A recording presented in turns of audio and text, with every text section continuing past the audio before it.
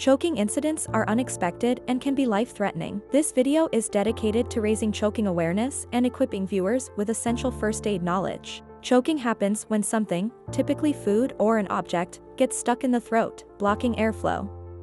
Recognizing the signs promptly is critical. Key signs include difficulty breathing, coughing, or inability to cough. The person might clutch at their throat, indicating distress and inability to speak or breathe normally. In a choking emergency, swift action is vital. Perform the Heimlich maneuver by standing behind the person, placing a fist above their navel, and applying quick, upward thrusts to dislodge the blockage. If the Heimlich maneuver is unsuccessful, switch to back blows.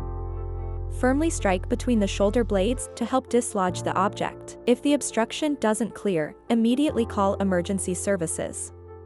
Time is critical in choking situations. Preventing choking is key.